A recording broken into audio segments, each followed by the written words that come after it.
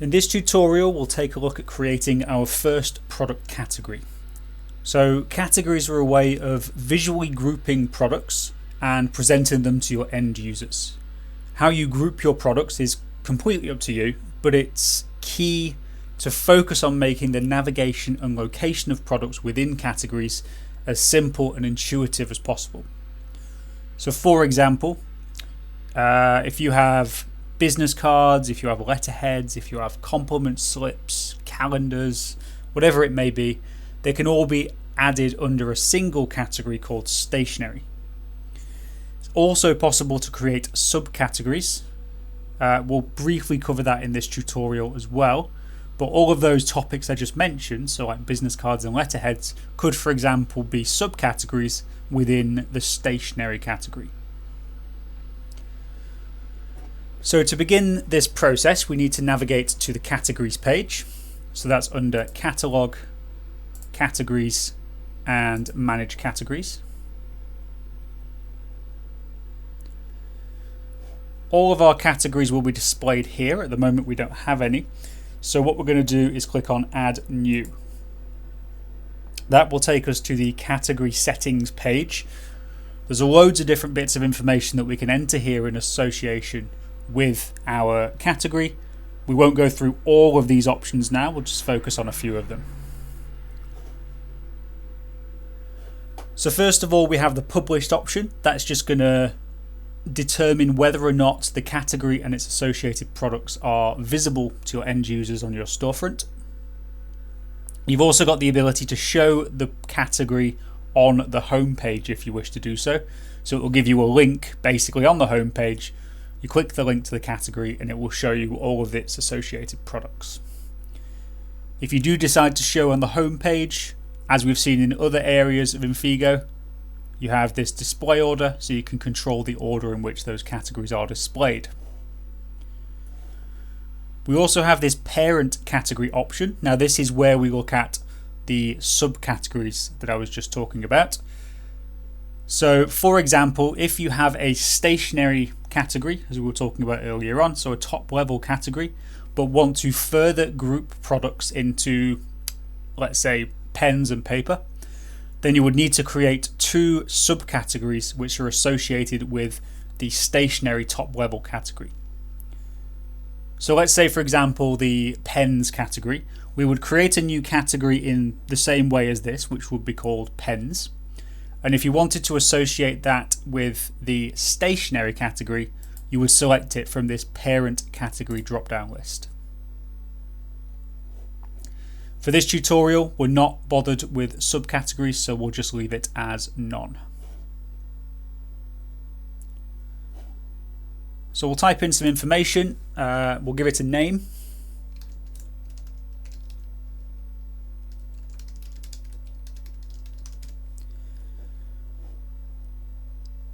And I'll just give it some basic description details. There's some bits of pricing that you can do in here, but it's mainly just text driven. It's not going to influence the calculations of prices in your basket or things like that. So for example, we have prices from. That allows you to add text to describe where prices start in this category. You can see with a little tooltip there. And down at the bottom we have price ranges as well. Now this will affect the search options, as you can again see with the description. So you can put in some price ranges and filters that you want to associate this with. So back to the descriptions.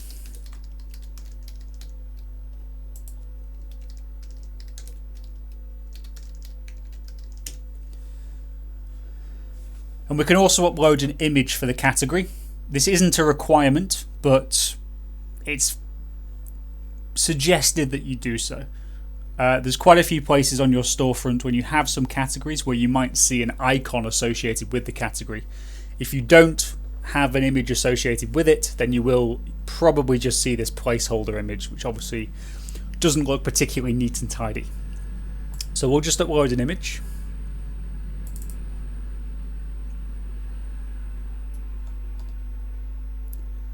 And then before we move on, I'm just going to actually save this category. So the next major step that we need to do is to associate products with the category.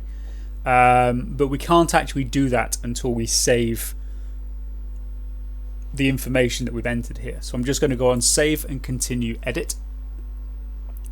And you can see as a result of that, I have a few more action buttons in the top right of the screen here than I had a second ago. So one of them allows me to view the product page. That actually shows me the category page. So if I click on this now, it will load up the category page, but there won't be any products associated with it because we haven't done that step yet. However, we do see the descriptions. We have copy category. So if you want to make a carbon copy of the category to make the process of creating additional categories a bit easier. And then we've got two delete options. Delete by itself will just delete the category but won't touch the products that are associated with it. Delete and all products, as the name suggests, that will delete the category and any products that you've associated with it. So do be careful when you are using those options.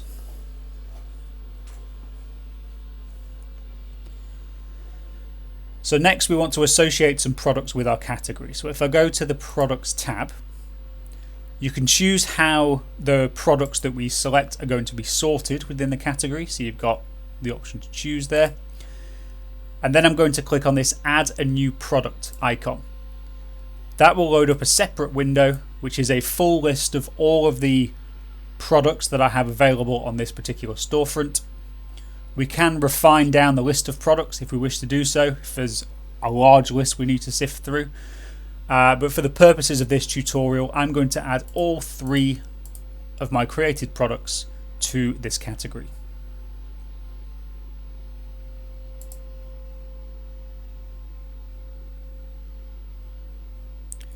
You'll see they come in.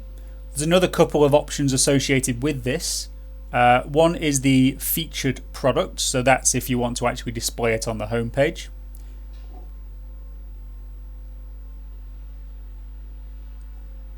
And then we have the display order. So we've seen this a few times. It allows us to control the order in which a product is displayed.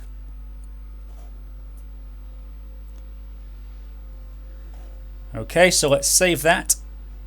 And now I'm just going to refresh the category on my storefront, and you can see that all of those products that were associated with that category are now displaying.